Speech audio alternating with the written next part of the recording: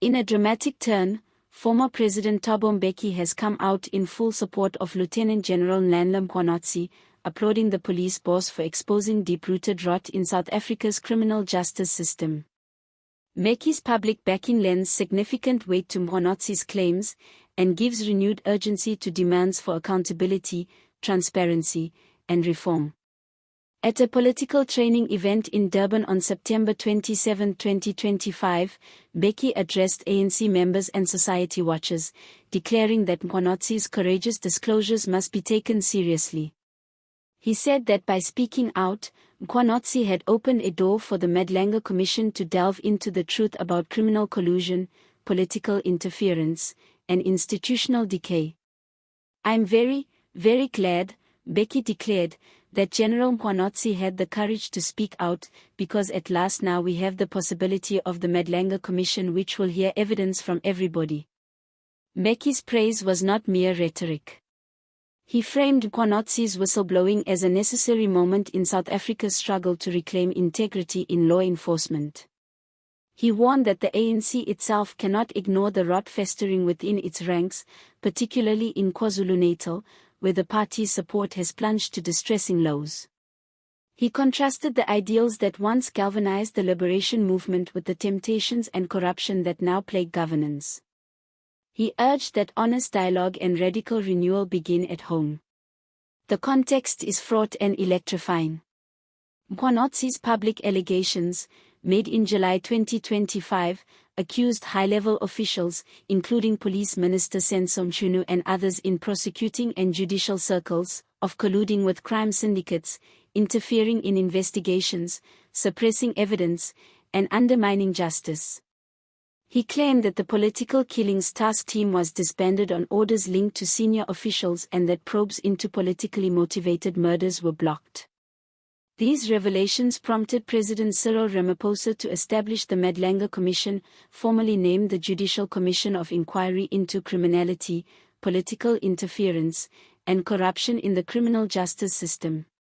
The commission began hearings on September 17, 2025, with Mkhwanazi as its first witness, laying out documentation, communications, and testimony to substantiate his claims.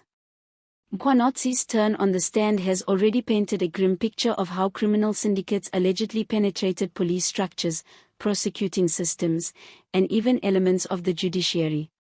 The urgency is palpable, the justice system's very integrity is under test.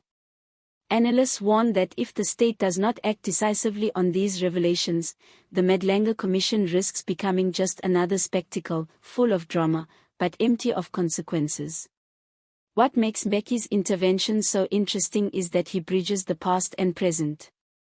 As a former head of state, he carries institutional memory and residual influence. His willingness to align with a serving police commissioner against powerful political figures signals that the moment has transcended party lines.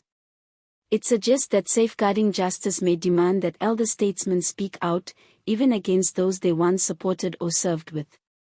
In his speech, Mbeki also used the platform to call for a national dialogue, one that takes stock of poverty, unemployment, crime, and the spiritual malaise in politics. He urged inclusive processes, honest introspection, and leadership rooted in service, not self-enrichment.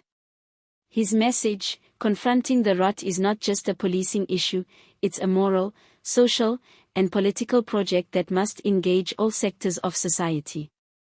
Already media and opposition figures have seized on Mbeki's remarks. Many see his support as opening a new front in the fight against state capture, adding legitimacy to Mkhwanazi's claims and placing added pressure on the Commission and government to deliver. Some voices caution, however, that commissions have in the past uncovered scandals without meaningful prosecutions, and that cynicism could return if promises aren't matched with action. For citizens, Mbeki's applause is more than symbolic. It signals that the cracks in the system are now visible at the highest levels. It invites ordinary South Africans to watch closely, demand accountability, and refuse silence in the face of rot. If Mkhwanazi's testimony leads to real prosecutions, reform, and the cleansing of institutions, it will be a turning point. But if it fades into another hushed compromise, it will deepen disillusionment in a country yearning for justice. If you want to stay on top of each twist in this drama, from new testimonies to legal fallout to political surprise moves, make sure you subscribe now. Turn on notifications so you don't miss any revelations, interviews, or live coverage. This is a story unfolding in real time, and we'll bring you every development as it happens. Stay tuned.